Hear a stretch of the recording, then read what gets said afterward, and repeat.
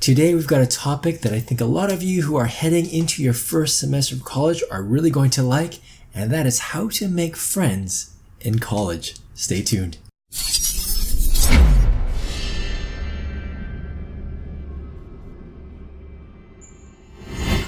Hey guys, it's Brian back at you with another video where my goal is to mentor you toward a career and to help you create a life you're proud of. And in that endeavor today, we're going to be sharing with you a couple tips on how to make friends in college. Of course, you can use these tips outside of college, but I think it's going to be very helpful for those of you that are going into freshman year, moving out of the house, a little bit nervous about whether or not you're going to be hanging out with some people and to explore college life. So before we get into that, I think the vast majority of you guys are probably just hopping onto this channel for your very first time. If it is, I am Brian. Pleasure to meet you guys. I mentor recent grads, students, young adults, and not so young adults when it comes to career progression, career strategy, and growth. It would mean a lot to me if you guys hit that subscribe button. And on top of that, you can also send me your career questions, your personal development or relationship questions, or anything of that nature, and I'll answer it in a future video just like this one. It's free mentoring, free advice for you. Hit that subscribe button so you don't miss that video.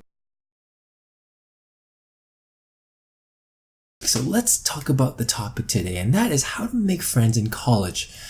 I know you guys are a little nervous going into your freshman year, or maybe this is your second year, but the first year was a bit rocky, or maybe you went in with a lot of your friends from high school, but now you guys have parted ways, and it's time for you to get a new group of friends, or at least to expand your horizons, expand your network, and I totally get that. I was there, not necessarily in college. I had a good group of friends throughout, but outside of college. And I remember, after we all graduated, we all grew apart. Everyone had their own priorities. I know I had my career priorities. I was definitely ready to really tackle life, make it a very successful one rather than spend all my money partying or moving out with the girlfriend or anything of that nature. Everyone's priorities are different as a result. And for me, I realized that I need to create a new network, a brand new circle of friends. The tips I have really focused on the mindset.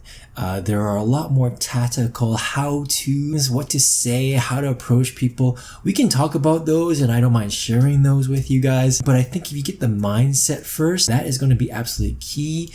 And that is really going to determine whether those other advice and tips that you find on the internet are actually going to be successful. First tip, and that is you want to make it super easy for the other person to connect with you or to hang out with you.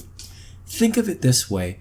When you're on Amazon shopping for the latest goodies, tech, makeup, you'll notice that they have that one-click feature. They make it super easy for you to purchase a product, right? Everything is very, very convenient. If I want to buy a book on Kindle, it's got the one-click feature. You click it and it automatically downloads. I don't have to worry about putting in my information, my credit card information. It's all done automatically. It's rather painless. And essentially, they're crafting an experience where they make it very easy for me to determine whether, yes, I want to buy it, or no, I don't want to buy it. And the same mindset applies when it comes to making friends. You really want to make it easy for the other person to say yes or to say no. And the vast majority of people who are new in college, who are looking for friends, who are by themselves, they also want to make friends too. And if you're the one that goes out and makes the offer, hey, you want to connect? What's your phone number? What are you doing this Friday? You want to hang out later, grab a beer? When you go out there and make yourself accessible for that, you're actually making it very convenient for them to say yes or no. They don't have to put their neck on the line for your rejection. They don't have to go through that because you're taking on that burden and you're intentionally making it easier for the other person to make it a simple decision, yes or no. And the vast majority of people, you'll be surprised, will most likely say yes because, like I said, they're just as lonely as you are. They want to make friends just as much as you do. They want to have a great experience in college and they want to share that experience with someone. And that person could be you because you just made it so damn easy for them to say yes to. The second tip, and this I think is a really powerful one in more ways than one, and that is that you should be the connector of people. Don't rely on other people to connect you to them. you should be the connector of various people. So what I mean by this is that you should be the one that introduces your circle of friends to another circle of friends, right? So maybe you have two groups of friends that they don't really interact. You can connect them. Or maybe you guys are all at a party together and you meet a group of new people and you guys are getting along, jokes, having good conversation. Now you see some other people that you just met also maybe like 20 minutes before. Connect them. You want to be the connector. You want to introduce them, learn a little bit about them. Hey, Mary, I want you to meet my friend I just met 5 minutes ago. This is Jim. Apparently he's really good at Scrabble. Who knew? This is going to be super powerful because A, they like it when you make those introductions for them. Again, you're making it super easy. You're following tip number 1. You're making it very easy for them to connect and expand their social network. 2, it makes you look like you are very, very sociable, that you are very, very in the know, and that you're very likable, and that you have a wide group of friends. And the third thing is that because you made that introduction for them, they're going to want to pay you back somehow. They want to return the favor. And as a result, you may get something out of the deal that you weren't intending to. You were just trying to be the great connector that you are supposed to be. Do not underestimate the power of this. And for me, what did that do? I think that really propelled me with regards to the status. They would introduce me to other people that had a lot more influence, a lot more power, a lot more status. And also they would help you with regards to your career, with regards to more influential networks. And these guys were always available whenever I needed them at a moment's notice. I think having them as a resource and having them at your disposal really was an even better value. And I think this is something that's really, really underestimated when you become a connector. So that's the second tip.